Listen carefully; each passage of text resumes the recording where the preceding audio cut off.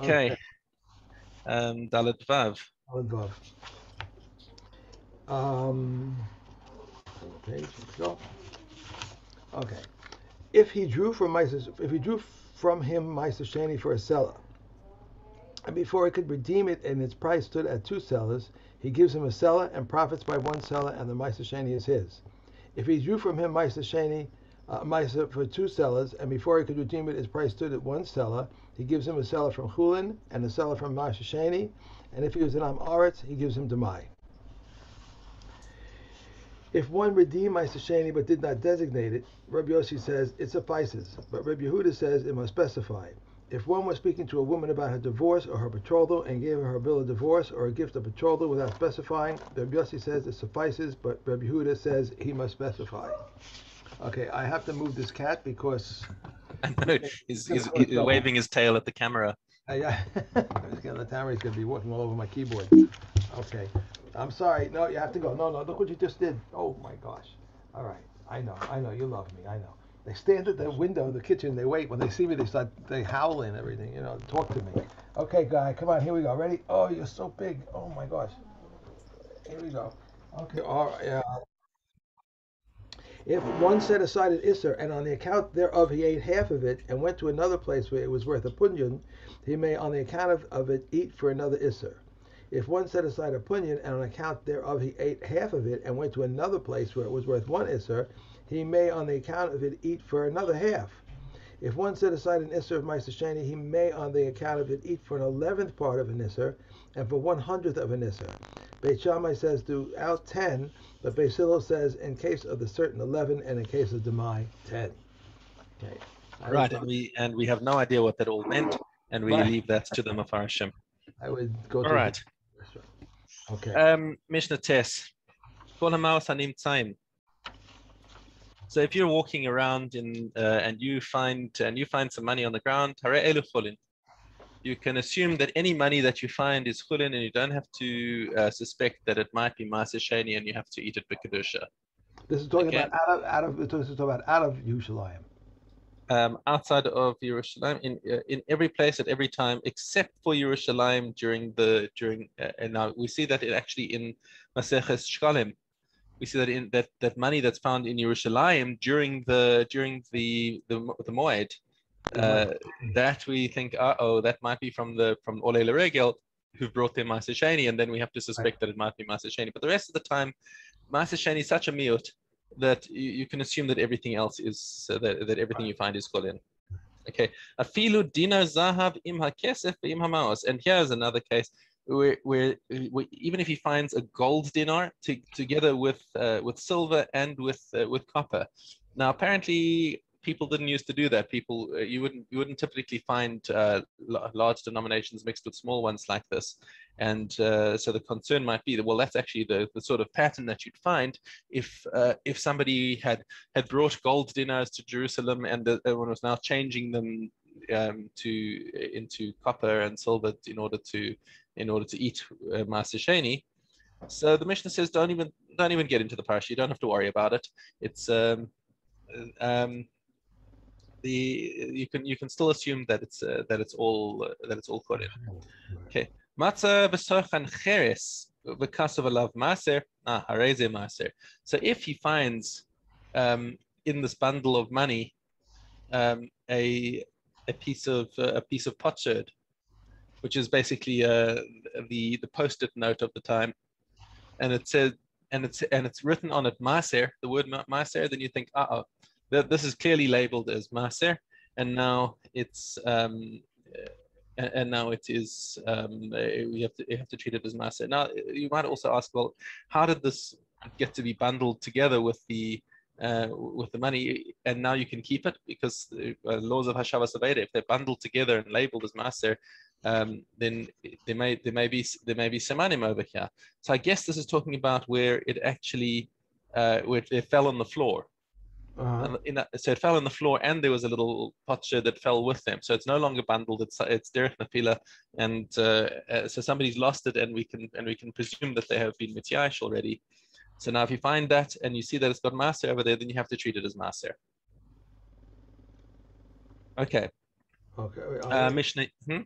It says, we do not presume that the potsherd derives from a vessel which contains Maaser Sheni and consider this money as chulin. Rather, we accept the potsherd as an indication these coins are Maaser Sheni. Okay. Yeah. Right. Right. Okay. Hamotze kli v'kasav alav korban. So if you find a kli and the kli has got something inside it, presumably food. Okay. And written on it is the word korban. Rabbi Yehuda Omer im hayashal cheres. He says if this is a kli cheres, hu chulin, then the kli itself is chulin.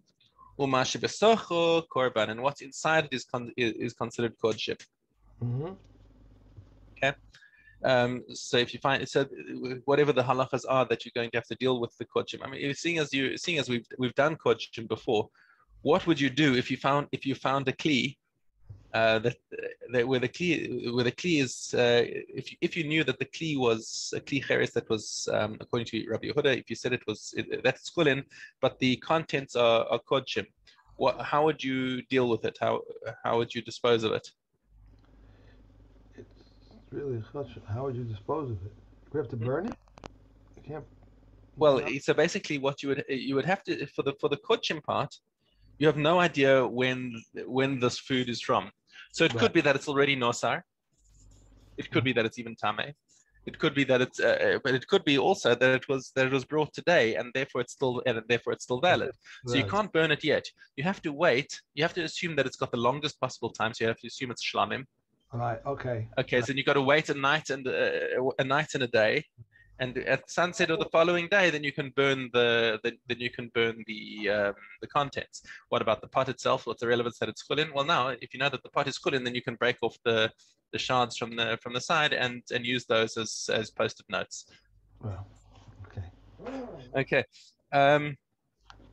But this is Rabbi Yehuda's opinion. However, if the kli was made out of metal and engraved on the metal is korban, hu korban,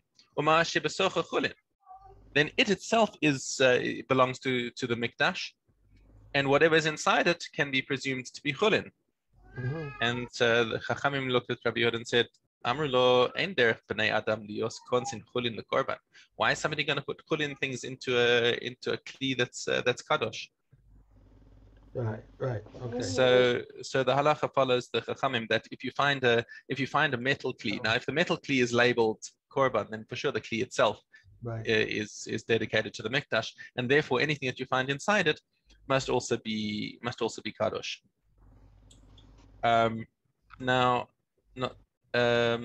it seems I'm not sure what did the Chachamim say about the first case, but they probably agree with Rabbi Yehuda in the first place that the kli is. Yes, so Kahati spells it out that when it comes to the kli cheres, they agree that the kli itself is chulin, but the contents are kadosh. But a kli cheres, but with the kli mateches, then that's when they disagree. Okay. Hamotze kli v'kasav alav kuf.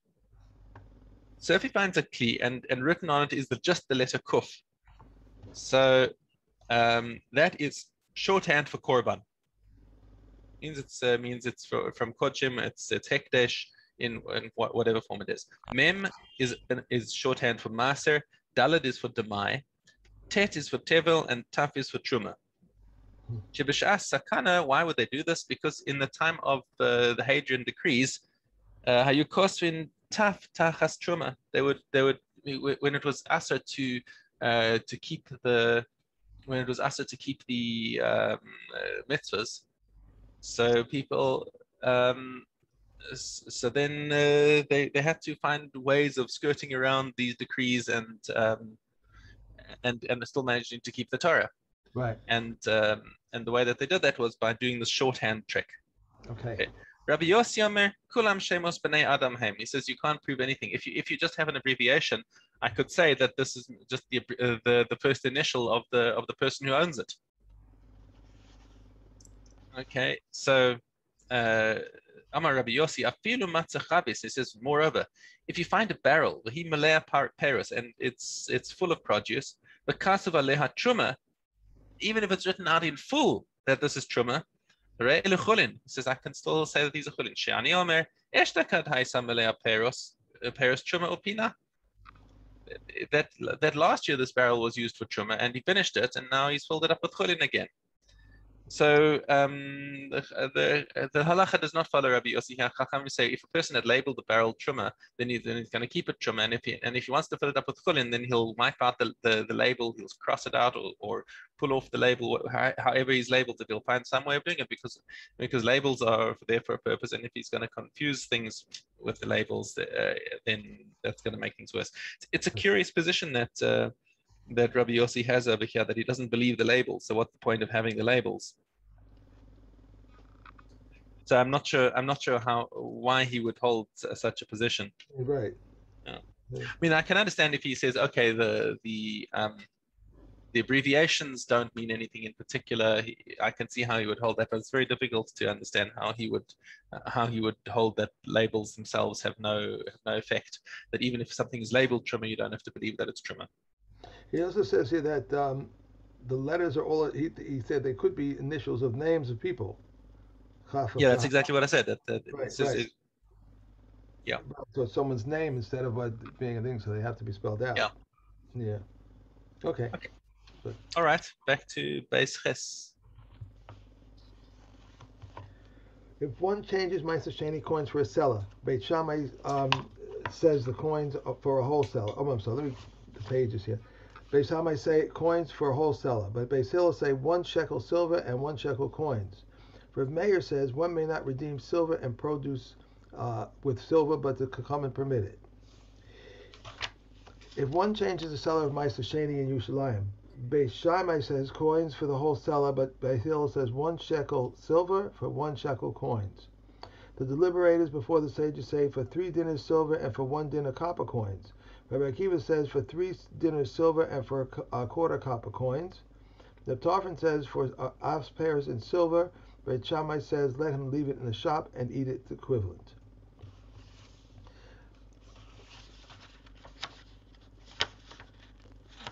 Come on. If some of one's sons were unclean and some clean, he lays down the cellar and says, let this cellar be in exchange for what the clean drink, thus the clean and the unclean may drink from one jar. Good? Okay, that's it, yeah. Right. All right. Trumas Ches Vav.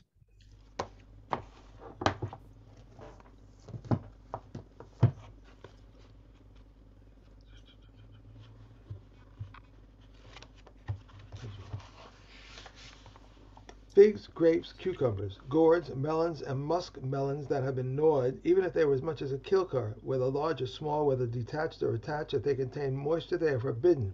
Bitten by a snake, it is forbidden because of the danger to life. A wine strainer is forbidden because it is uncovered, but Nehemiah permits. And if doubt of uncleanliness arose concerning a jar of truma, Rabbi Eliezer says if it was lying in an exposed place, it should be put into a hidden place. If it was uncovered, he should cover it. But Rabbi Yeshua says if it lay in a hidden place, he should put it in an exposed place. And if it was covered, he should uncover it. Rabbi Gamil says let him do nothing new about it. Okay. So, Demai Gimel Vav.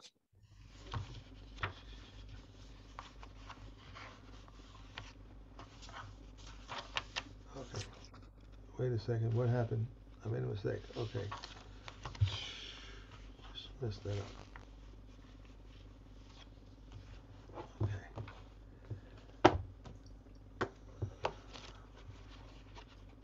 Come over right here. Okay. If one gives to a hostess, he either tights what he gives her and what he receives from her because she is suspected of exchanging it. Rabbi Yossi says we are not responsible for deceiving. That was the previous one. That was the previous one. You want to go into Vav, yeah. Right. If one gives to his mother-in-law, he tights what he gives her and what he receives from her because she is suspected of exchanging what is spoiled. Rabbi Yehuda said she seeks to see favor from her daughter and feels ashamed before her son-in-law.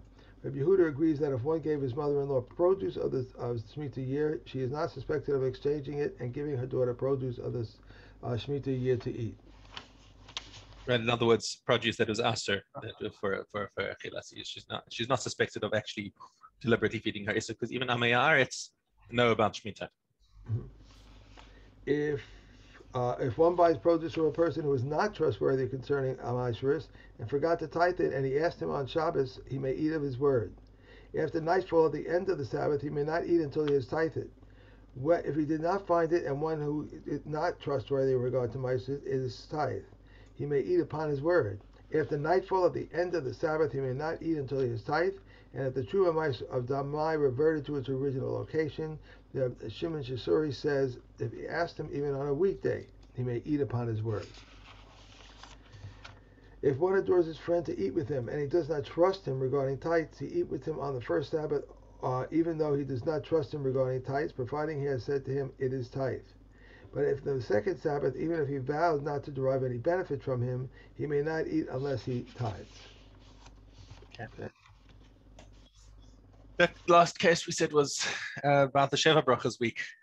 Right. Where his father-in-law was an Amaretz.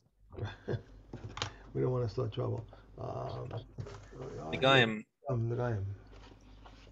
Zion base. Zion base says their appearance changed, either leniently or stringently. How leniently? If it was like snow and became like the lime of the sanctuary, like white wool, or like egg membrane, it became a secondary shade from a cyst, or it became a secondary shade from an intense white. How stringently? It was like egg membrane because like white wool, like the lime of the sanctuary, or like snow. Reb Elazar ben Azariah renders it tahor. Reb Elazar Chisma says if it is changed leniently, it is tahor, and if it changed stringently, it must be examined anew. Reb Akiva says whether it changed leniently or stringently, it must be examined anew. The Kohen should confine a beharis that has nothing inside it, either initially nor at the end of the first week. And at the end of the second week, or after the nega had become tahor, he should make it tahor. If he was still confining it to declaring it tahor when it developed symptoms of a tumah, he should confirm it.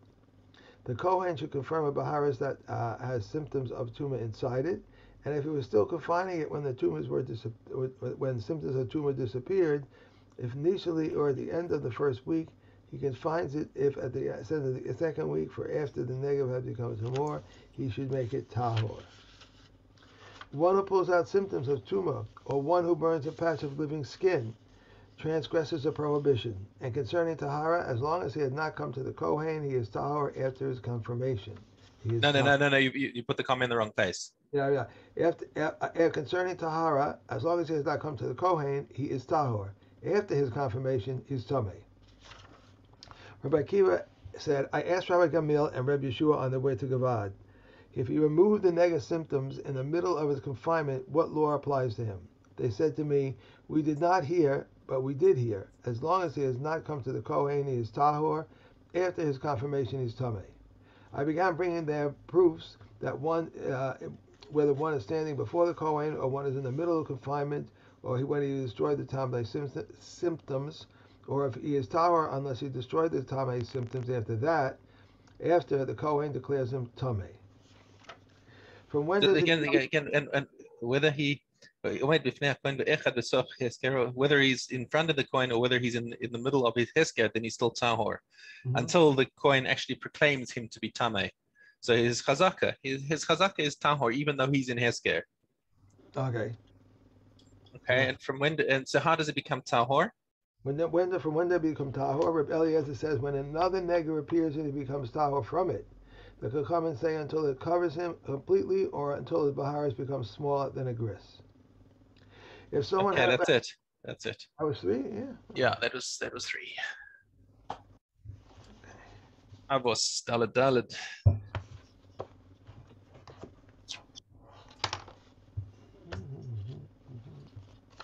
Today is Rabbi Leutz. I don't know if you've ever ridden the bus going up Nar Yarden, but there's a bus stop on Yarden near the street called Rabbi Levitas, but the voice that announces it calls him Rabbi Leutz. Right. The Levitus, the leader of Yavne, says, "Be exceedingly humble in spirit, for the anticipated end of mortal man is worms." Rabbi Yochanan ben Baroka says, "Whoever desecrates the name of heaven is in secret, they will not exact punishment from him in public." Unintentional and intentional both are alike regarding desecration of the name. Rabbi Yishmael said, son of Rabbi Yochanan ben Baroka, says, "One who studies Torah in order to teach is given the means to study and to teach. But one who studies Torah in order to practice is given the means to study and to teach, to observe and to practice." Reb Tzadok says, "Do not make the words of Torah into a crown in order to be glorified through them, nor a spade with which to dig." So too Hillel used to say, "And one who makes use of the crown will pass away. From this you deprive whoever seeks personal benefit from the words of Torah removes his life from this world." Rabbi Yossi says, "Whoever honors the Torah is himself honored by people, and whoever disgraces the Torah is himself disgraced by people." Rabbi Yisrael, son That's of it. That's it. That's three. Yep. Yavamas.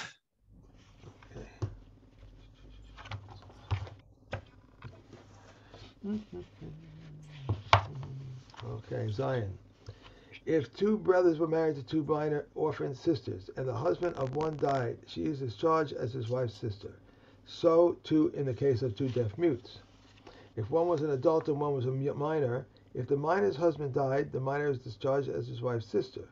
The adult husband died. If the adult husband died, Reb Eliezer says we teach the minor to reform him, granting him. We teach the man to refuse him. Reb Eliezer says we teach the minor to refuse him. Reb Gamliel says if she refused, then she did so. But if not, let her wait until she reaches adulthood, and the other will then be discharged as his wife's sister.